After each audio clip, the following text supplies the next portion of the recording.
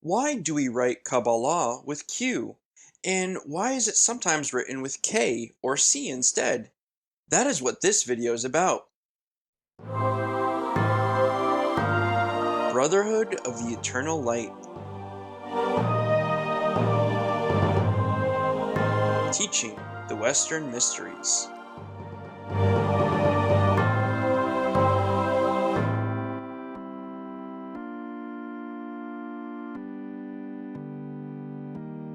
Every language and its writing have its peculiarities and characteristics, and this is also the case in Hebrew.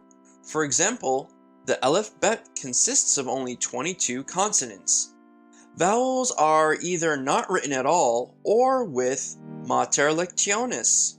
These are some consonants which can function as vowels. There are also many grammatical peculiarities, such as the dagesh forte, in which a consonant is doubled. Not knowing this would cause words to be mispronounced or inaccurate when transliterating. Kabbalah is one of those words where several spellings exist.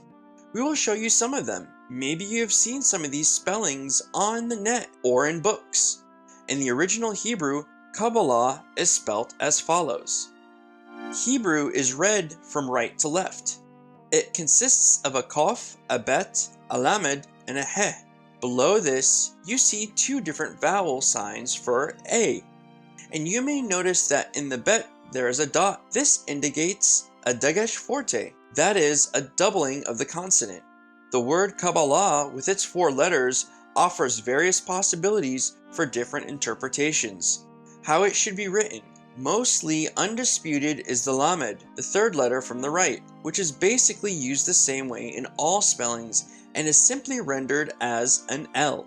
With the 1st letter, the Kof, this is by no means the case. One way that the Hebrew Kof tries to preserve itself is to render it with a Q, mainly in order to distinguish it from the Kaf, as, for example, in the word kosher, which is written with a K and begins with a Kaf in the original Hebrew. However, some authors also use a K and write Kabbalah. Mostly this is done by occultists in the English-speaking world. Occasionally a spelling with C is found. This is strongly reminiscent of a Latinized version, in which instead of the K, a C is used and Kabbalah is written. Often this is probably used in the context of the Christian Kabbalah, a complete mutilation of the actually very beautiful and innocent word Kabbalah was undertaken by Franz Barden in his book, The Key to the True Kabbalah. Something like the Q sound, as in the English words question or quote, does not exist in Hebrew. It is quite funny that a book whose title implies that its content is actually about something like the true Kabbalah has the word for its main topic plainly misspelled. This is the same as if a book about orthography would have been called The True Misspelling. Might have a future, who knows? By the way, if you want to learn more about the mystical Kabbalah and about the approach in the Boel, which includes a merging of Hermetic and Jewish Kabbalistic traditions, and if you would like to join our live webinars, you'll find a link in the video description with more information. We also offer a free online course. Now back to the spelling. In the spelling we put a double B in the middle to represent the dagesh forte in the Bet, and at the end we write H, because there is a He at the end of the word in the original. Sometimes, unfortunately, it is written without an H, or written with only one B, which is perhaps not quite so tragic.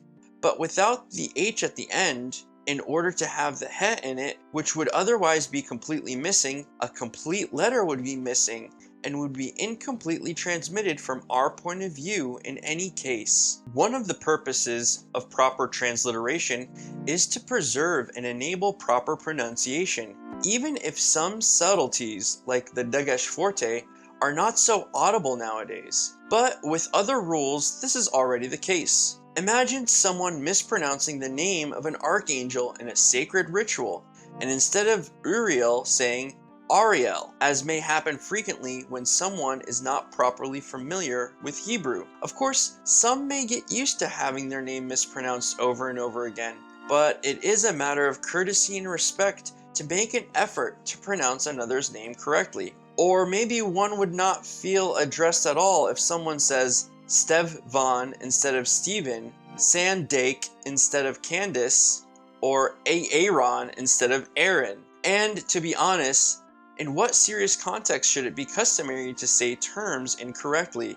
In a surgery, the consequences would be unpleasant if intestines and testes were confused, because one had not taken it so exactly with the two letters, and or slight pronunciation there now, apart from the fact that the example is somewhat lame because the predominant language for the body and diseases is Latin. Or in physics, there one would simply make oneself ridiculous if one would write, pronounce, or use terms wrongly. So, we hope we were able to help you understand how to use the language of the Western mysteries and clear up some misunderstandings.